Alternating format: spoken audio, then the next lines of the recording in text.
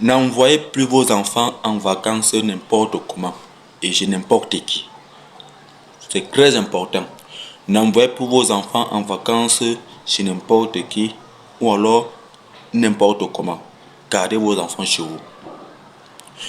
Bonjour, bonsoir, ça dépend de où vous trouvez la famille. Aujourd'hui, je viens vous raconter cette histoire très touchante et qui permet aussi de s'édifier.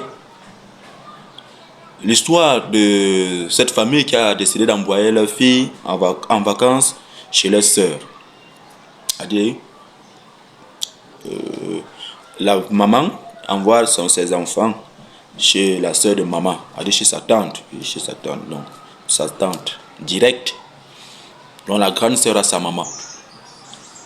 Alors le retour de cette fille sera vraiment catastrophique. Alors si tu es nouveau sur cette chaîne ou page, je te prie de t'abonner et de me laisser un commentaire et de partager aussi pour pouvoir édifier les autres et aider les autres. Alors, c'est l'histoire d'un couple ayant 3 enfants à la maison. Après l'année scolaire, vient le moment des grandes vacances. Alors, le couple décide de se libérer un peu la tête, de libérer un peu la maison, si on peut dire ça comme ça, d'un peu rester un peu seul, ils veulent le calme. Alors, ils vont décider, bon, Jeanne, toi tu pars en vacances chez cette tante telle. Georges, toi tu pars en vacances chez tonton tel. Eric, tu pars en vacances chez tonton tel. Ils avaient 3 enfants, 2 garçons et une fille. Alors, ils sont tranquilles. La maison est libre, ils sont libres, la maison est au repos, si on peut le dire. Jeanne avait 16 ans. Elle partait en première. Couple intelligent, ça prouve que c'était un enfant intelligent. Alors voilà, Jeanne qui est chez sa tante. Arrivée chez sa tante aussi elle a ses enfants. Parmi lesquels David, qui est là, qui est le fils aîné de sa tante. Et David, lui, il a 25 ans. Jeanne a 16 ans. Bien sûr, il y a aussi d'autres enfants. La tante a ses enfants. Je ne veux pas citer tout le monde. Les vacances se passent bien. Bien sûr, les vacances se passent bien. Mais ce qu'on ne sait pas, c'est ce qui s'est passé là-bas. Le père de David, il dit, ils vont malaxer cet enfant pendant les 3 mois. Dans un secret absolu. Absolu. Alors,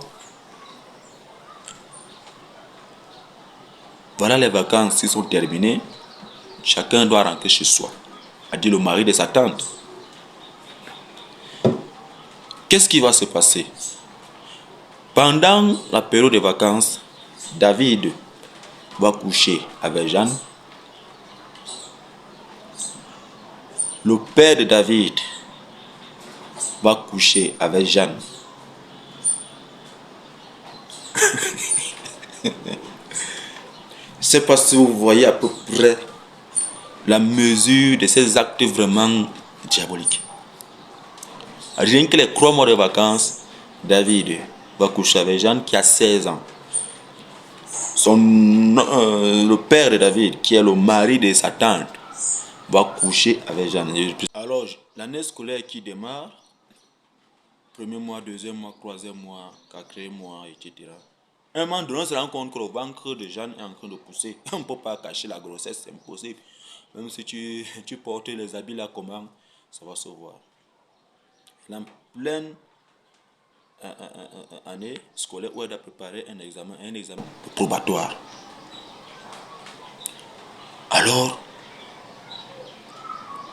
quand la grossesse, on se rend compte que la grossesse est en train de sortir, puisque c'est en train de sortir, la famille va donc arrêter Jeanne pour poser la question. Mais d'où vient cette grossesse? Jeanne va faire l'effort de cacher pendant plusieurs jours les documents de la famille pour essayer de percer l'abcès. Mais d'où vient cette grossesse en pleine année scolaire? Pourquoi ne pas patienter et finir d'abord au moins d'arriver au moins au bac et tout, les reproches des parents. C'est où Jeanne va donc cracher le morceau en disant papa, maman, c'est quand j'étais en vacances chez tante telle, j'ai fait des choses avec David. J'ai fait des choses avec tonton. Catastrophe. C'était du venez voir. Quoi? Qu'est-ce que tu dis comme ça? Elle dit, je vous le dis, c'est la vérité. Je n'ai rien fait à part cette période-là, à part que ces deux personnes. Ils m'ont forcé, ils m'ont obligé. Donc son motif à elle, c'était que oncle et David la forçaient. Toi, pour la question, est-ce que les deux savaient que les deux te mettaient au sol? Elle dit non, les deux ne savaient pas, Georges ne sait pas, même tonton ne sait pas. Donc elle était la seule à garder ce secret-ci dans le banque. Bon, qui est donc le père de l'enfant? Qui est donc le père de l'enfant? Comment est-ce qu'on va trouver le père de l'enfant? C'était grave. Donc, on attend qu'elle accouche. On attend qu'elle accouche. Si d'abord, vu que le père et le fils se ressemblent. Donc là, ce qu'il y a lieu de faire là, c'est le test de paternité. Puisque le père lui dit, là, il se défend comme il peut se défendre. David, lui, quand même, il ne se défend pas trop. Parce qu'il est conscient, il a avoué. Même le père là-bas, il fait l'effort de nier. Mais l'enfant dit qu'il était, il est monté. L'enfant dit, Jeanne dit qu'il est monté. Donc, on attend juste qu'elle accouche et on fait le test de paternité. Donc, vraiment, la famille, vous voyez à quel point c'est que le monde a tellement changé. Le monde a tellement changé. On doit être prudent. Très, très prudent. Les choses ne sont plus comme avant. Avant, tu pouvais envoyer ton enfant en vacances. Tu n'as pas de problème, tu n'as pas de pression. Mais maintenant, c'est déjà très compliqué. Très compliqué. Donc, j'attends vos points de vue à la fin de cette vidéo. Et merci de partager, de laisser, n'est-ce pas, un commentaire pour que ça puisse aussi édifier les autres. Car à travers les histoires que d'autres ont vécues, on peut acquérir une certaine sagesse. Merci. Que Dieu vous bénisse.